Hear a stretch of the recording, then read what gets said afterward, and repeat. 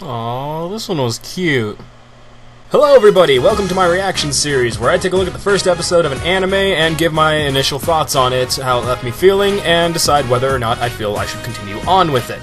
A few days back, I got a package in the mail containing the complete series of Aっちこっち, or Place to Place in English. I knew nothing about this anime. I knew nothing about what it was based off of, if it had a manga. I don't even know if it's based off a manga or if it's an original series. I'm assuming it's based off a manga because most of shows like this are. When I say shows like this, I mean stuff like Lucky Star, Azumanga Daioh, stuff like that, where it's seeming like it's based off of short strips.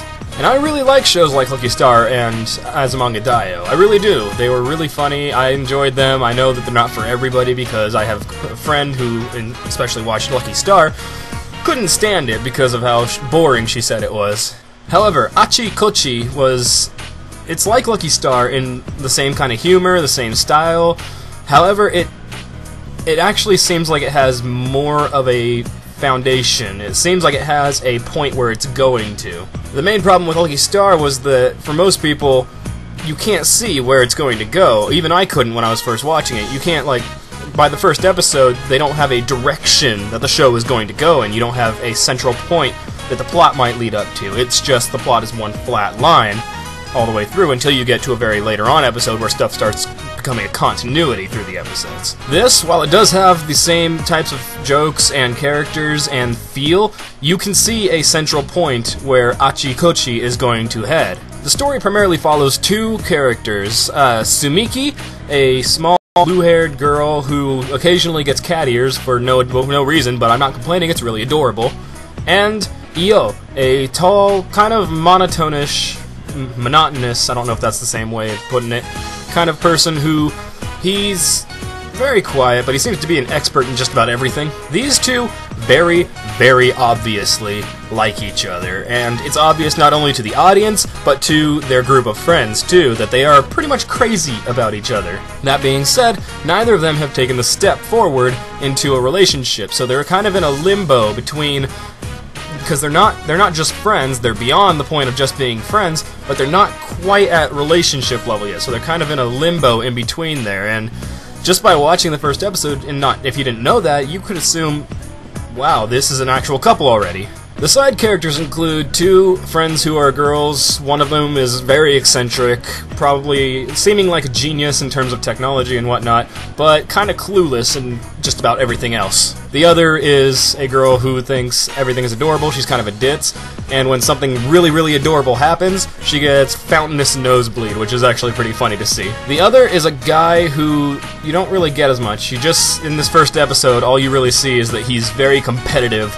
with Io, the main guy. Another character they highlighted was the classroom teacher, who is actually pretty funny too, because she's like the typical very shy, stuttering teacher who slips a lot, trips, klutz and all that.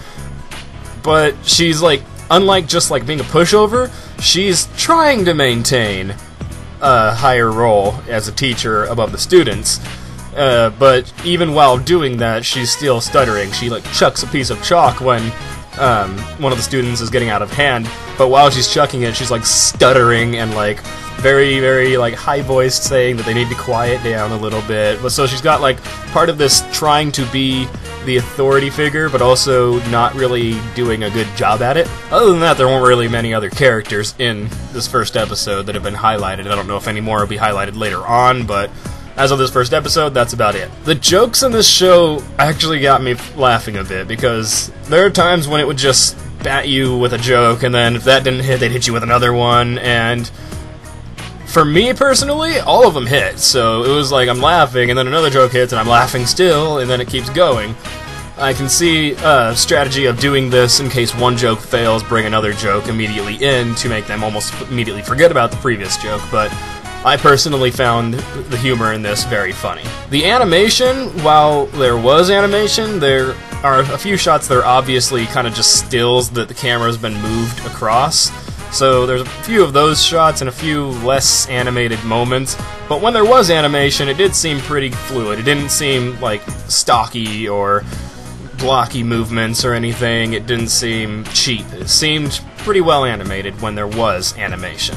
Not much I could say on the voice actors because they're all pretty generic voice acting for this particular type of show. The girls sound incredibly adorable, the guys sound like guys.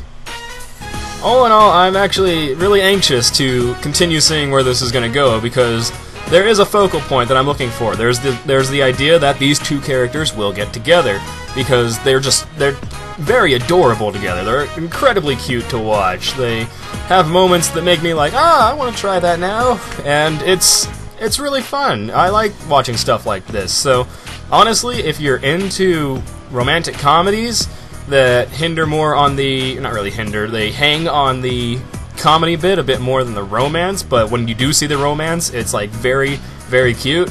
If you're into stuff like that, if you're into stuff like Lucky Star or Azumanga shows with that kind of humor where it's very spontaneous and random and doesn't always hit, but when it does hit, you get a chuckle, then I'd say check it out. I've seen it on YouTube.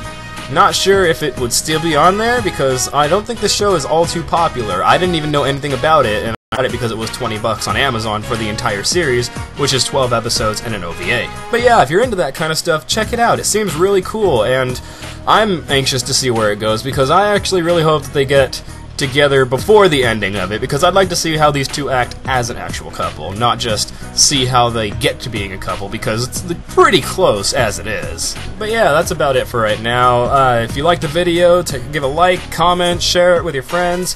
It really helps out. Go check out the show if you're interested. I'm not sure where I can put a link to go watch it, so I will likely put a link to maybe the Anime News Network page or the wiki article about it, something like that down in the description in case you want to get a look at it, or you can just type the name, which I'll have up there. I just knocked my microphone thing out of the way. I'll have the name up there if you want to just go type it into Google yourself. So yeah, that's gonna be it for now. I have a few more videos I'm planning on doing, including some anime attaches, because it's been quite a while and I have accumulated quite a lot of stuff related to anime since the last video. So yeah, I'm looking forward to that. And until next time, peace out.